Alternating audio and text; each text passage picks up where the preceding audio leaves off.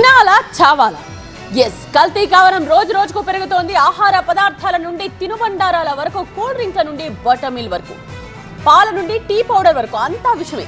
TV9 కొన్ని రోజులుగా ఈ కల్తీ ఫుడ్ పై వరుస కథనాలను ప్రసారం చేస్తోంది. ఈ రోజు కూడా కల్తీ ఫుడ్ పై తప్పకుండా కథనాలను ప్రసారం చేస్తాం. ఇప్పుడు శాంపుల్ గా ఓ డెమోని చూద్దాం. ఫుడ్ సేఫ్టీ పరీక్షల్లో ఎలాంటి కల్తీ బయటపడుతోంది, గుండెల్ని బిగబట్టుకుని చూడండి. ఇలాగా కల్తీ కలర్డ్ పాపడ్స్, తర్వాత జింజర్ గార్లిక్ పేస్ట్లు, బిర్యానీ చికెన్ ఫ్రైడ్ అండి. ఇది చికెన్ ఫ్రైడ్ ఇలా వచ్చింది. ఇది దీంట్లో యాడెడ్ కలర్ ఉందన్నమాట. ఇది న్యాచురల్ కలర్ కాదు, ఇది యాడెడ్ కలర్. దీన్ని ఎక్స్ట్రాక్షన్ చేసి మనం కలర్ బయటకు తీసామండి. దీంట్లో అసలు కలర్ ఉండకూడదండి. పైనాపిల్ది దీనిలో టాట్రాజిన్ వచ్చింది, ఇది అసలు ఉండకూడదు దీనిలో కూడా.